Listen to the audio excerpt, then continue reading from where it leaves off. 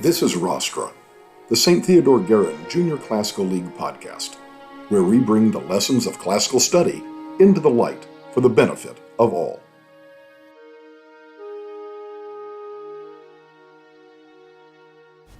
Welcome back to another episode of Rostra. We've got Sawyer Holman as our guest today, talking about one of the really big events in ancient history. It's one that a lot of people know about, and because of the kind of aftermath of it, it is given us a real insight into the ancient world. So a tremendously important event as well. So Sawyer, welcome. First of all, what is the topic and why did you pick it? Well, the topic is the eruption of Mount Vesuvius.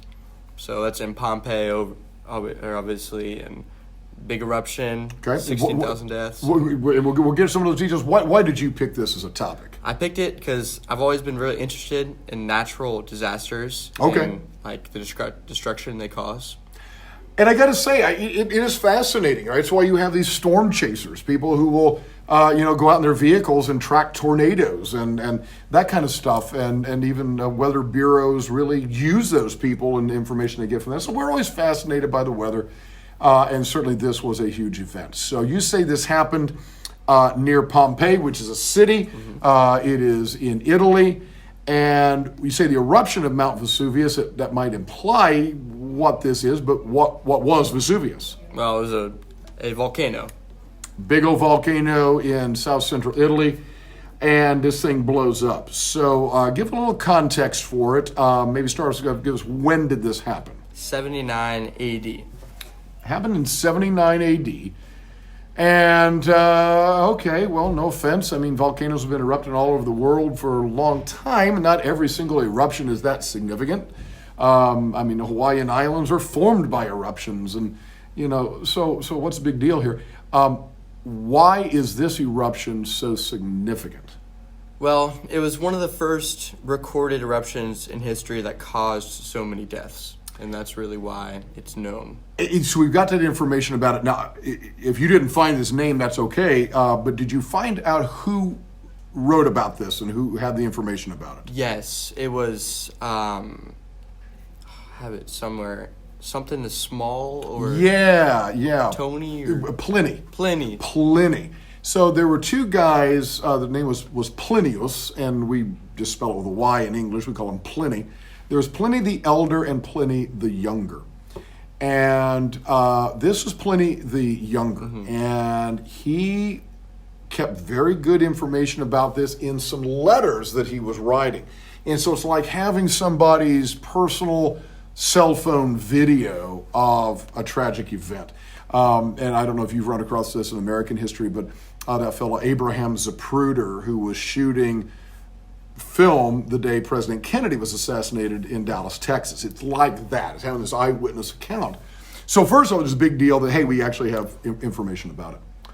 But what was the result of this volcano's explosion? Because not all volcanoes that explode really are that catastrophic. So what were the effects of this? Well, the eruption itself was about, I think it was 30 times larger than the powerfulness of an atomic bomb or something like that. First off, just that raw destructive power, right? And just the natural forces. So there was that.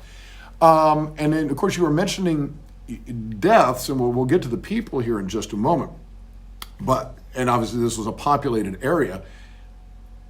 There were several cities around this. What were some of the cities? Did you find any of the names of those cities that were around the volcano? Pompeii, which is obviously the one that we know of, or that we think of. That's the one we think of, we really kind of know the most about, yeah. And then there was Naples, which is, that's the newer name for, the current name for... Yeah, there was a city called Neapolis back in the day.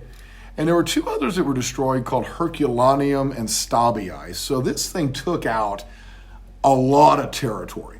It really did. So you're going, okay, well, look, you built your house on the side of a volcano. I mean, you should have known there's some risks involved, right? We see a monsoon coming in or a hurricane. People know to take cover. People know to move inland. What happened with these people? Why were there so many deaths? Well, number one, volcanoes don't really give you too much of a warning.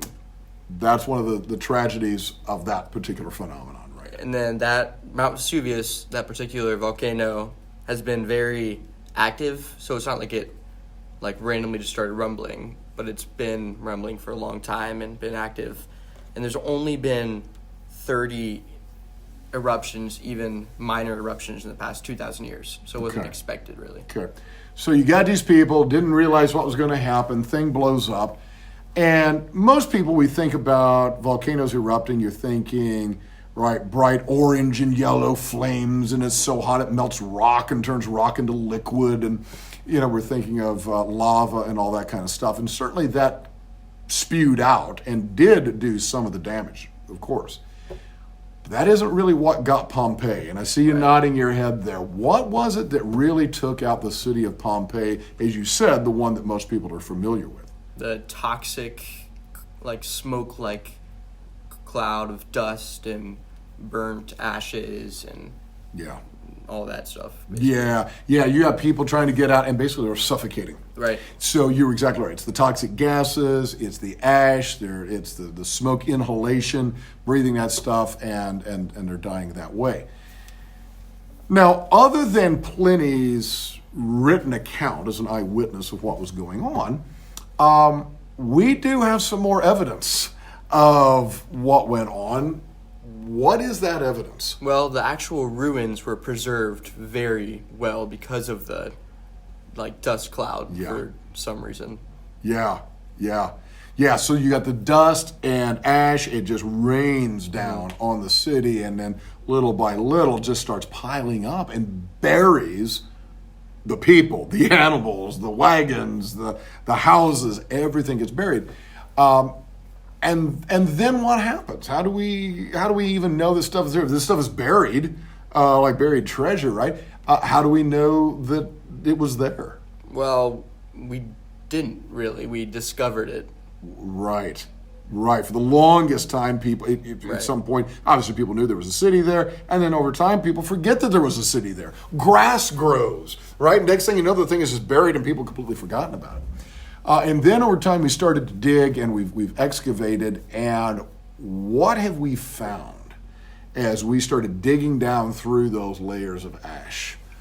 Well, we found obviously ruins of Pompeii, but an excavation, I'm going to check the year of that. I think it was 1594 was the first time we started digging. And we noticed an architect that was digging noticed writings of Pompeii. Underground, basically on stone walls-ish. And this is huge. Yeah. This is huge. And I don't know. Yeah, and I don't know if you ever had a poster or a picture in your house and it got exposed to direct sunlight over a lot of time. But what happens to stuff that is colored if it's exposed to sunlight over time? Well, I mean, it loses its readableness. Yeah, it fades out, right? Well, this city gets preserved perfectly, right? So for nearly 2,000 years, it hasn't been exposed to sunlight. It hasn't been exposed to rain and other elements. And so as we're digging down, it's like, oh my goodness, here's all this graffiti, here's art, all this stuff, exactly as it was when the people left it, as they died there in 79. And so, oh my word, for archaeologists, this is huge, right? We actually get to see what a Roman city looked like. We get to see what average people, normal people were writing, not just the playwrights and the philosophers, but when you look at graffiti, right, you're seeing what normal people were thinking and writing and drawings and so forth like that. So that was a huge find. Did you discover anything else, though, about, how to phrase this, the people themselves? Did. Yeah, what did you find? So there was a scientist, it was in the 1900s, Francisco Sasso. Okay. So he... What was that all about? He scanned the skeletons. Oh wait, not this guy yet. Sorry, there was one guy before him that noticed the skeletons of the victims were in like hollow chamber-like cavities. Almost. Yes. That's why they preserve so well. And he poured plaster into them, and it like molded into the exact shape the people were at when they were covered in this dust. Like absolutely unbelievable. And if you've ever made a mold of something where you've poured like Jello, I mean, right, or whatever it is, you pour a liquid or something into a mold, let it harden, and then you see that shape, and that's what happened, right? The organic material of their bodies decomposed, but that ash had hardened all around them and basically made the cavity, as you said. Well, he injects that plaster down in there, it hardens, you break the ash away, and you've got a mold of somebody from the year 79 AD in the exact position, where your hands were, your arms were, relationship to other people, exactly as you were as you died. Which is just amazing. And if you ever go to Pompeii, you can see this. You got a lot of these in the museum there. And you see people you can see from their body shapes that they were trying to cover their faces. And some of the ones that are really sad, you can see larger bodies over the top of smaller bodies. Yeah. And you could draw a conclusion from that. That would probably have been what? And the parents protecting their children. Parents protecting their children. Exactly right. And so poignant and so meaningful there. So on the one hand, this incredible tragedy, obviously a huge loss of life.